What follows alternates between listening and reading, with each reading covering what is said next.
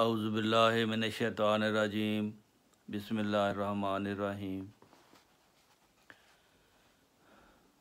ناظرین، 1974 کی قومی اسمبلی پاکستان میں جو جماعت احمدیہ کے عقائد کے بارے میں جاننے کے لیے جماعت احمدیہ کے وفد کو بھی وہاں پہ بلایا گیا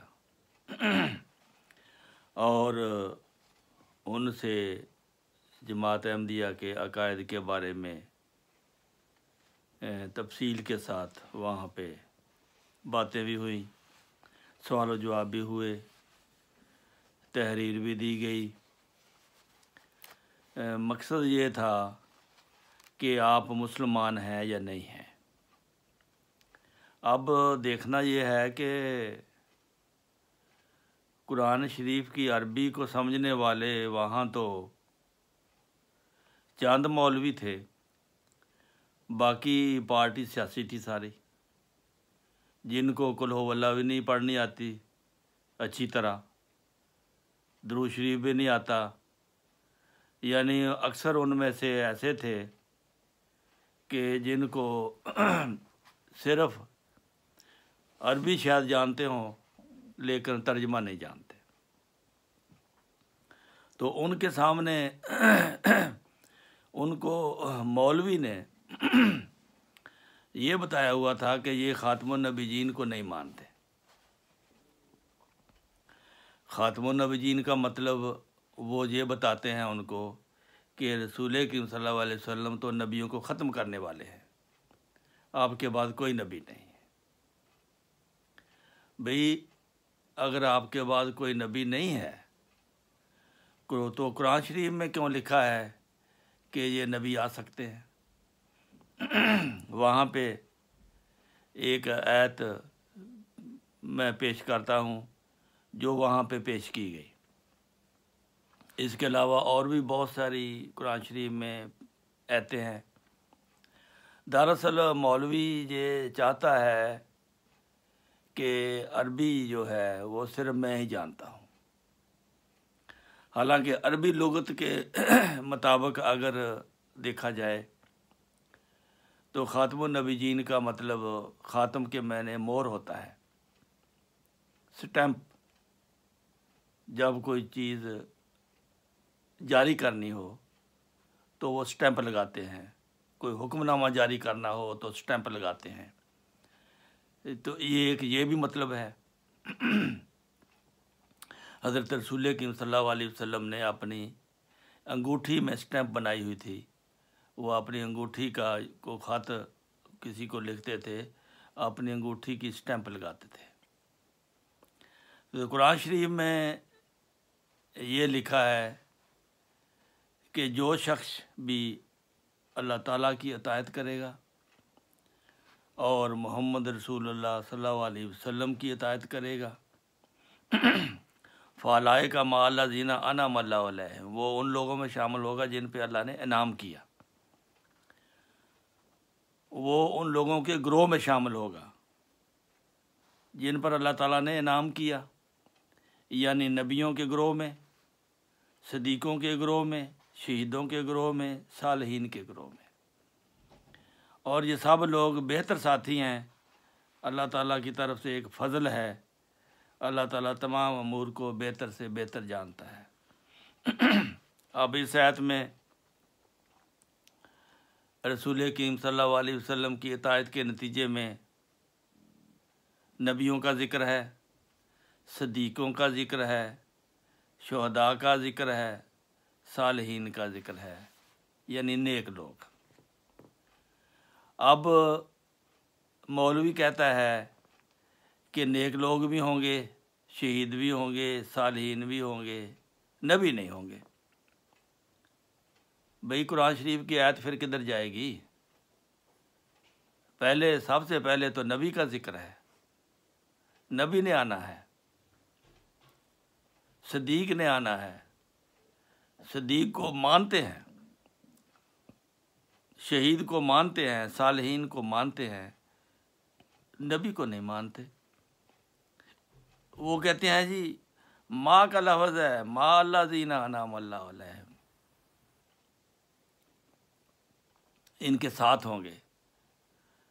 اگر یہ مطلب نکال لیا جائے کہ ماں کا مطلب ساتھ ہوں گے، وہ عہدہ نہیں ہوگا، یعنی نبیوں کے ساتھ ہوں گے، نبی نہیں ہوں گے، صدیقوں کے ساتھ ہوں گے، شہید نہیں ہوں گے، صدیقوں کے ساتھ ہوں گے، صدیق نہیں ہوں گے، صالحین کے ساتھ ہوں گے، صالح نہیں ہوں گے، تو پھر باقی رہا کیا؟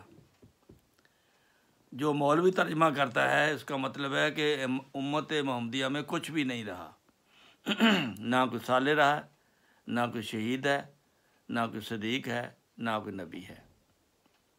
یہ ایسا ترجمہ کرتے ہیں جس کی امت محمدیہ کی مکمل طور پر حد تک ہوتی ہے۔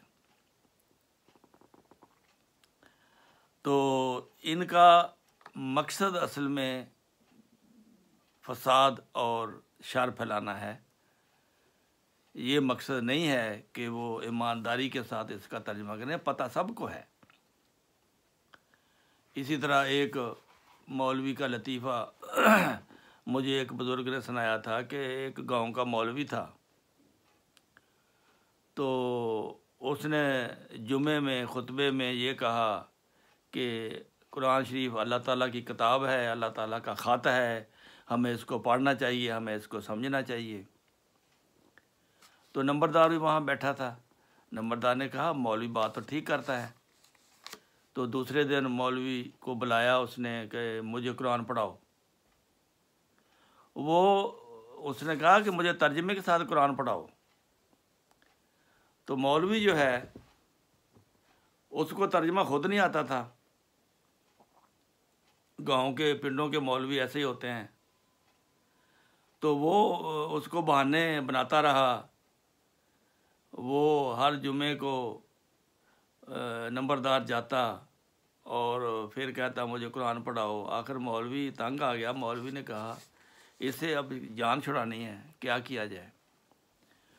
تو ایک دن اس نے کہا نمبردار جی میں تہاڈی گل سمجھ گیا، تسی خدا دے بھیتاں نوں جاننا چاہتے ہو تے میں تہانوں خدا دے بھیتاں دے وچ ہاتھ نہیں پان دیاں گا۔ یعنی اس نے ایک بہانے سے وہاں سے جان چھڑائی کہ یہ نمبردار مینوں دوبارہ نہ کہے کہ مینوں قرآن سکھا، کہ یہ خدا دے بھیت نے، تو خدا دے بھیتاں نوں ہاتھ پانا چاہنا۔ تے جان چھڑا کے تے مولوی چلا گیا۔ نمبردار نے سمجھا کہ اب یہ مولوی مجھے کچھ نہیں سکھاتا۔ یہ ہے ان علماء کا جو ہر شخص تو قرآن کریم کی عربی اور اس کا ترجمہ اور صرف و نحو یہ عالم نہیں ہے، یہ ایک لفظ کو لے کر عوام میں ایسا پھیلاتے ہیں کہ عوام کا بھی وہ دماغ خراب کر دیتے ہیں۔ اب یہ آیت ہے جو سورہ نساء کی وَمَن يُطِعِ اللَّهَ وَالرَّسُولَ فَأُولَٰئِكَ مَعَ الَّذِينَ أَنْعَمَ اللَّهُ عَلَيْهِم مِّنَ النَّبِيِّينَ وَالصِّدِّيقِينَ وَالشُّهَدَاءِ وَالصَّالِحِينَ وَحَسُنَ أُولَٰئِكَ رَفِيقًا ذَلِكَ فَضْلٌ مِّنَ اللَّهِ وَكَفَىٰ بِاللَّهِ عَلِيمًا۔ اس میں صاف لکھا ہے کہ جو اس رسول کی یعنی رسول کریم صلی اللہ علیہ وسلم کی اطاعت کرے گا وہ ان کو یہ انعام دیے جائیں گے اس کی حسب استطاعت۔ نبی بھی ہو سکتا ہے، صدیق بھی ہو سکتا ہے، شہید بھی ہو سکتا ہے، صالح بھی ہو سکتا ہے۔ یہ امت محمدیہ کے لیے اللہ تعالیٰ نے انعامات مقرر کیے ہیں کہ جو جتنا کوئی گڑ پائے گا اتنا میٹھا ہوگا، جتنی کوئی عبادت کرے گا، جتنی کوئی نیکی کرے گا، جتنی کوئی اس رسول سے محبت کرے گا، جتنا کوئی اس رسول پر درود شریف بھیجے گا، یہ انعامات دیں گے اللہ تعالیٰ ان کو۔ تو مولوی کہتا ہے جی باقی انعام تو ملیں گے، صرف نبی نہیں ہو سکتا۔ اس کے لیے ان کو یہ تکلیف ہو جاتی ہے۔ یہ ایسے امت کو چکر میں انہوں نے ڈالا ہوا ہے کہ اچھے بھلے لوگوں کا بھی دماغ خراب کیا ہوا ہے۔ یہ غلط معنی کر کے مولوی کو سارا پتہ ہے، اس کو اگر کہو نا کہ قرآن سر پہ رکھ کے بتاؤ اس کا ترجمہ کیا ہے، میں آپ کو بتاؤں کہ ایک عربی کا ترجمہ عرب کے ملک میں، سعودی عرب میں قرآن کریم کا ترجمہ کیا ہوا ہے انگلش میں۔ وہ لوگ عربی کو جانتے ہیں۔ اس قرآن کریم کے ترجمے میں جب خاتم کا لفظ آتا ہے نا، وہاں مور لکھا ہوا ہے، کیونکہ عربی میں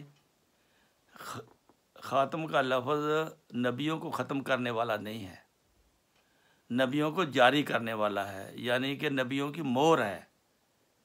اس مور سے اب جاری ہوں گے۔ یہ رسول اکرم صلی اللہ علیہ وسلم کی بڑائی ہے، یہ ان کی گٹھائی نہیں ہے۔ تو اس صورتحال میں پھر خاتم النبیین جو کہتے ہیں جی خاتم النبیین ہے، یعنی کہ ختم کرنے والا ہے۔ یہاں تاریخ میں خاتم الخلفاء بھی لکھا ہوا ہے، خاتم الاصفیاء بھی لکھا ہوا ہے، خاتم الشعراء بھی لکھا ہوا ہے۔ یہ یہاں حوالے ملتے ہیں اس کے۔ خاتم الشعراء کا مطلب ہے کہ وہ اس پہ جو شاعری ختم ہو گئی۔ خاتم الاصفیاء کا مطلب ہے کہ اس کے بعد کوئی اصفی نہیں ہوگا۔ خاتم الانبیاء کا مطلب ہے کہ کوئی اس کے بعد نبی نہیں ہوگا۔ یہ ترجمہ غلط کرتے ہیں۔ عربی کے ترجمے میں یہ نہیں ہے کہ یہ نبیوں کو ختم کرنے والا ہے، یہ ہے مطلب اس کا کہ یہ نبوت میں اعلیٰ مقام ہے، اس کا سب سے افضل ہے۔ اب آئندہ خاتم النبیین کا مطلب ہے کہ اس کی مہر سے کوئی نبی آ سکتا ہے، یعنی کہ اس کی عطایت میں، اس کی شریعت میں۔ تو یہ انہوں نے ایسا چکر چلایا ہوا ہے کہ عام لوگوں کو یہ مولوی سمجھ نہیں آنے دیتا۔ حالانکہ قرآن شریف میں اللہ تعالیٰ نے ماں کے معنی کہتے ہیں ساتھ ہے جی، وہ نبی نہیں ہے۔ حالانکہ ایک حوالہ دیتا ہوں، وَتَوَفَّنَا مَعَ الْأَبْرَارِ، کہ ہمیں نیک لوگوں کے ساتھ مار دے۔ اس کا مطلب یہ ہے کہ جب کوئی نیک مرے تو ہمیں بھی مار دے۔ ماں کا مطلب ہے ہمیں بھی اس جیسا بنا دے۔ مار نبی جینا کا مطلب ہے ہمیں بھی نبی بنا دے، ہمیں بھی شہید بنا دے، ہمیں بھی صالح بنا دے، ہمیں بھی اس جیسا بنا دے جیسا وہ ہے۔ تو یہ ہے جی خاتم النبیین کے بارے میں ان کا جو مولوی کی شرارت ہے، اور یہ عوام الناس کو، عام لوگوں کو یہ سمجھنے ہی نہیں دیتے، اس طرف آنے ہی نہیں دیتے۔ حالانکہ اس کے علاوہ بھی قرآن شریف میں اللہ تعالیٰ نے کئی جگہ فرمایا ہے کہ جب میرا رسول آئے اس کی اطاعت کرو، جب میری ہدایت آئے اس کی اطاعت کرو۔ اس کے بعد اور بھی حوالے دیے جائیں گے۔ بہرحال آج کے لیے اتنا کافی ہے۔ السلام علیکم ورحمۃ اللہ وبرکاتہ۔